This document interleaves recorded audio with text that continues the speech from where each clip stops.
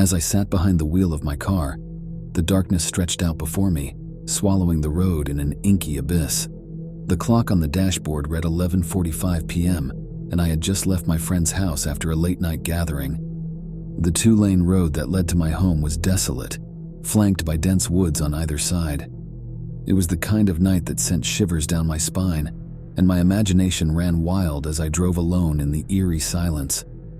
The winding road felt like a ribbon of uncertainty, the beams of my headlights the only solace against the encroaching darkness. A full moon cast long, haunting shadows, which danced with the leaves rustling in the trees, creating a sinister backdrop for my journey. I'd heard stories about this stretch of road, whispers about strange happenings, and legends about creatures lurking in the forest. But like any rational person, I dismissed them as mere urban legends, the sort of tales people spun to entertain themselves on dark and lonely nights. My radio crackled with static, making me jump in my seat. I smacked the dashboard, trying to fix it, but all I got was more distortion. "Great," I muttered, left alone with nothing but my thoughts and the haunting, garbled sounds emanating from the car's speakers. As I continued down the road, I caught a glimpse of something in the rearview mirror. It was a fleeting image, like a dark shadow. I told myself it was just my imagination, the product of a restless mind in the dark. I tried to shake it off and focus on the road ahead, but my unease deepened when I noticed that the woods seemed to be closing in on me.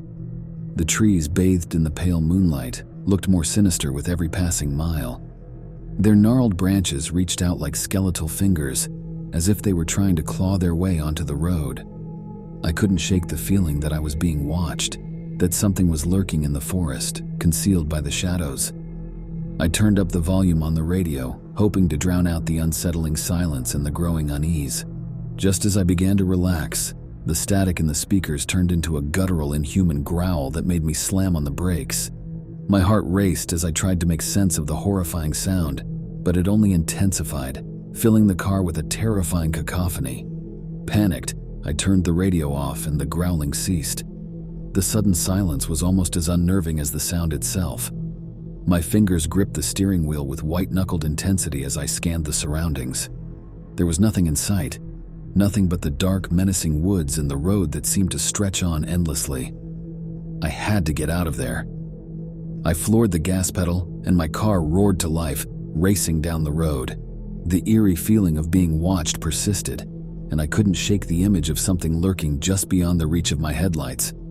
Suddenly, a figure darted across the road in front of me, causing me to slam on the brakes again.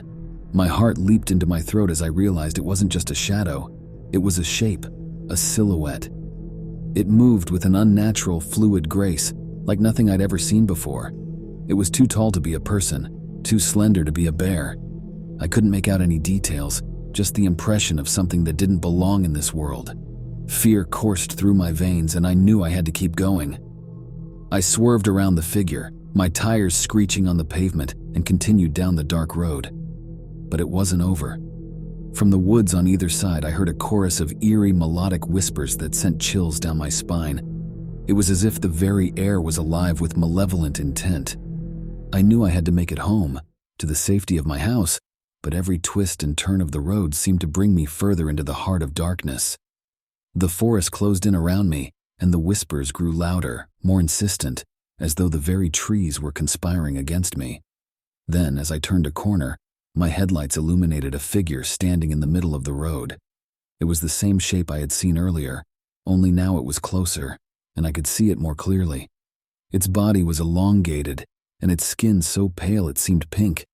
It had long, skinny arms that hung limply by its side, and its eyes glowed with an otherworldly light. I slammed on the brakes, my car skidding to a stop just a few feet from the creature. We locked eyes, and I felt a cold dread settle deep in my bones. I was face to face with something that defied explanation, a creature that belonged to the darkest recesses of folklore and nightmares. It let out a bone-chilling, inhuman shriek that shattered the silence of the night. Before I could react, it lunged at my car. My heart raced as I hit the gas pedal, and the creature was thrown to the side, tumbling into the darkness. I sped away, not daring to look back. As I finally pulled into my driveway, I felt a surge of relief wash over me. I had made it home, but the memory of the encounter haunted me. I knew what I had seen, but who would believe me? I remembered my grandma telling me stories about creatures known as skinwalkers, skinny creatures that could shapeshift into anything they wish and would stalk humans. She was Native American, and this was folklore part of their culture. But I never really believed her and brushed it off as myths, until today. I locked my doors and windows, leaving the lights on throughout the night. Sleep was elusive, as I listened for any sign of the creature that had haunted my journey.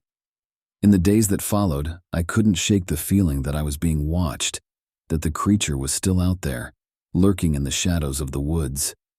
I did my best to push those thoughts from my mind, but the encounter had left a permanent scar on my psyche. I knew that I would never be the same, that the darkness of that night would forever be etched in my memory. To this day, I can't drive that desolate road alone at night. I've heard the stories and legends, and I know that there are things in this world that defy explanation. The Skinwalker, or whatever it was, serves as a chilling reminder that there are mysteries in the darkness that we are better off not trying to unravel.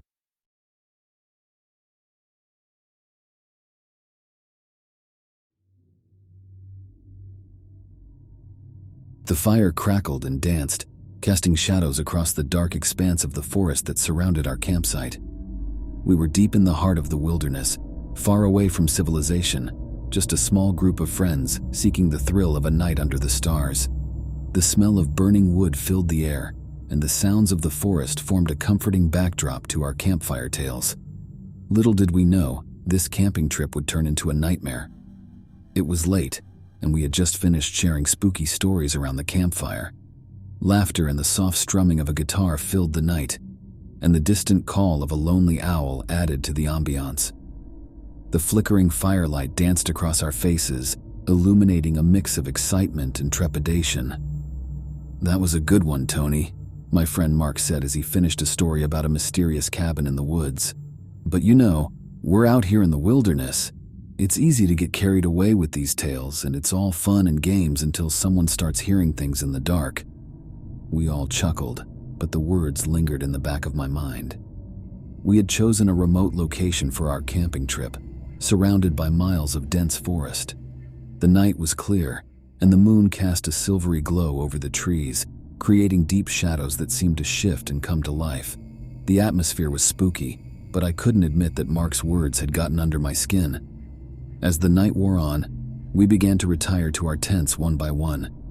I crawled into my sleeping bag, the soft sounds of the forest enveloping me in a sense of calm. But as I lay there, the familiar sounds of the woods took on a different tone. The rustling leaves and snapping twigs sounded too close, too deliberate. I couldn't shake the feeling that someone, or something, was out there, watching us. I shook off the paranoia and convinced myself it was just my imagination. I closed my eyes, determined to get some sleep. Then I heard a sound that sent a shiver down my spine. It was a low, guttural growl, like no animal I had ever heard before. My heart pounded in my chest as I strained to listen. The growl was followed by the eerie sound of whispering voices, too indistinct to make out words, but there was no mistaking their sinister intent. Fear gripped me, and I lay frozen in my sleeping bag, my eyes wide and my ears straining to catch any further sound. The voices continued, growing louder and more urgent, as if they were closing in on our campsite.